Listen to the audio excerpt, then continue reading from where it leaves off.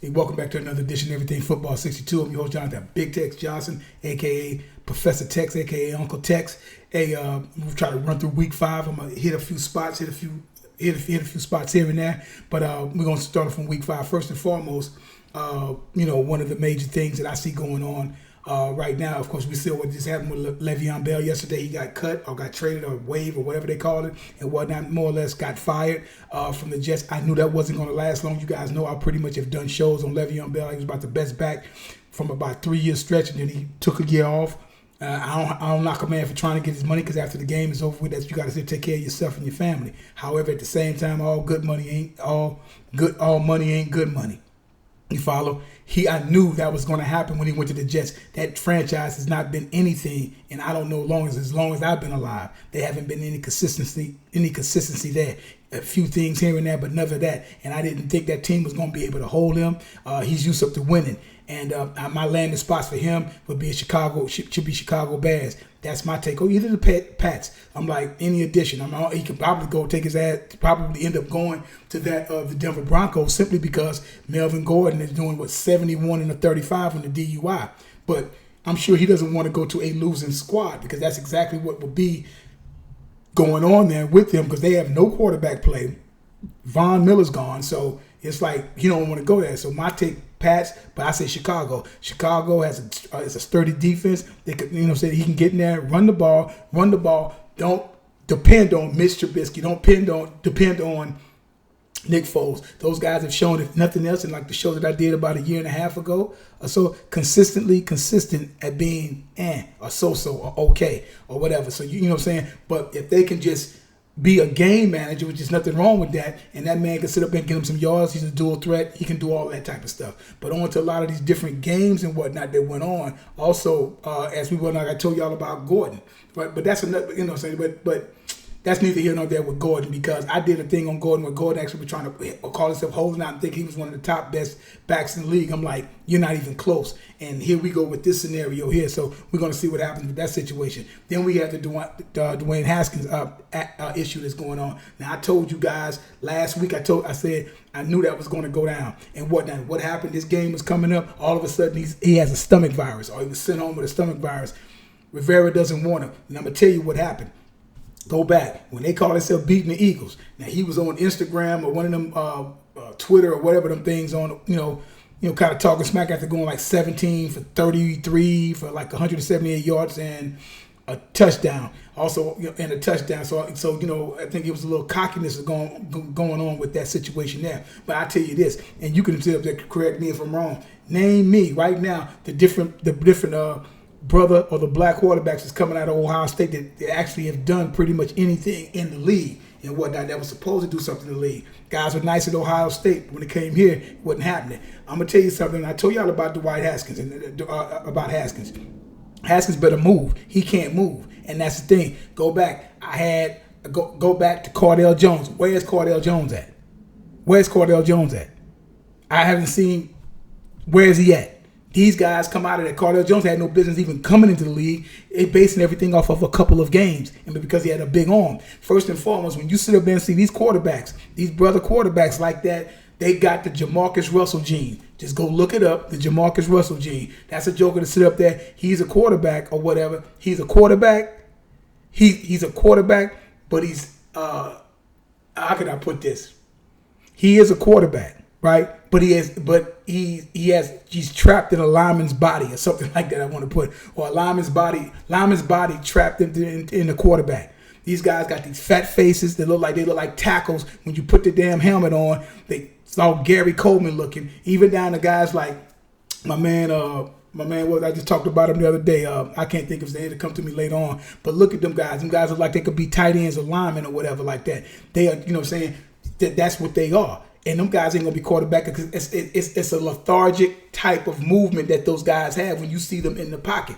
The only guy that can get closer that probably could do that could move pretty good was Dante Culpepper and whatnot. But them old fat-faced quarterback that look like they're just a couple of pounds from being that of a lineman or just lethargically move like Haskins. Haskins has an arm and all that. But, dude, you're going to have – if you're going to be that of your standard drop back passer, which is going by way of the dinosaur, did a show on that last week. dude, you better be accurate. You better be accurate. You had to be perfect dealing with Ron Rivera, but that's the name of the game, though. You know what I'm saying? That's the name of the game and whatnot. So, he's gone. He's getting ready to be gone. And I don't know who's going to even want him, but what's going to... Brian Leftwich, that's what I was talking about earlier. So that's what we're talking about there with that situation there. The whole... broke my heart, the whole thing with Dak Prescott, but that's a gamble, man. Hated to see that happen. Think they was coming back, they was doing this thing and everything like that, and hated to see that with the young man. Hopefully he'll recover, he'll be okay and be able to come back, get some money, and try to lead this team and do something, man. I'm hoping for Andy Dalton, but we'll see what happens with that situation as well. Look around the league, all of the different moves and whatnot that was made. Who was what basically what went on and everything. So like I said, Tennessee, I really like what I seen with Tennessee. Really like what I seen with Tennessee. Strong running game, solid quarterback play. You don't have to have the Drew Brees and the Tom Brady-esque and Peyton Manning and all these other different kinds of guys. And that's great and everything. But man, if you can have some decent quarterback play, some strong running games, some receivers is going to catch the ball, and a style defense, you will go far in this league and whatnot. Panthers are playing ball. Look at what Teddy Bridgewater's doing. You tell me that guy can't play quarterback if given a chance. Minnesota didn't want to give him a chance. Saints didn't want to give him a damn chance. I don't even talk about the Jets. Got traded to the Jets, but then the Jets got him, and then it's like, okay, no, we're going to bring in Sam Darnold. Sam Darnold can't stay on the field. They got an old ass cement foot Joe Flacco up out there. And whatnot. Don't tell me Ted Bridgewater can't quarterback. Don't tell me that. Then we go on here and you see Ravens are still playing good ball. And the funny thing about it, say Lamar Jackson's not being that greatly consistent, but he's accurate per se, but they're winning games. And I think, it's just a time once I think he really gets back. I think what I'm seeing from Lamar Jackson, he is really trying to knock that stigma out of I am a running quarterback. That is mentally messing with him, in my opinion, because my thing is make the play, man. And he's really trying to get everybody off I'm not a throwing quarterback, because I think of the whole Pat Mahomes thing and stuff like that. He's really trying to work on that, and I don't want him to be thinking to be who you are. Pat Mahomes is not you, and you're not Pat Mahomes, right? But they're winning, and that's all that matters.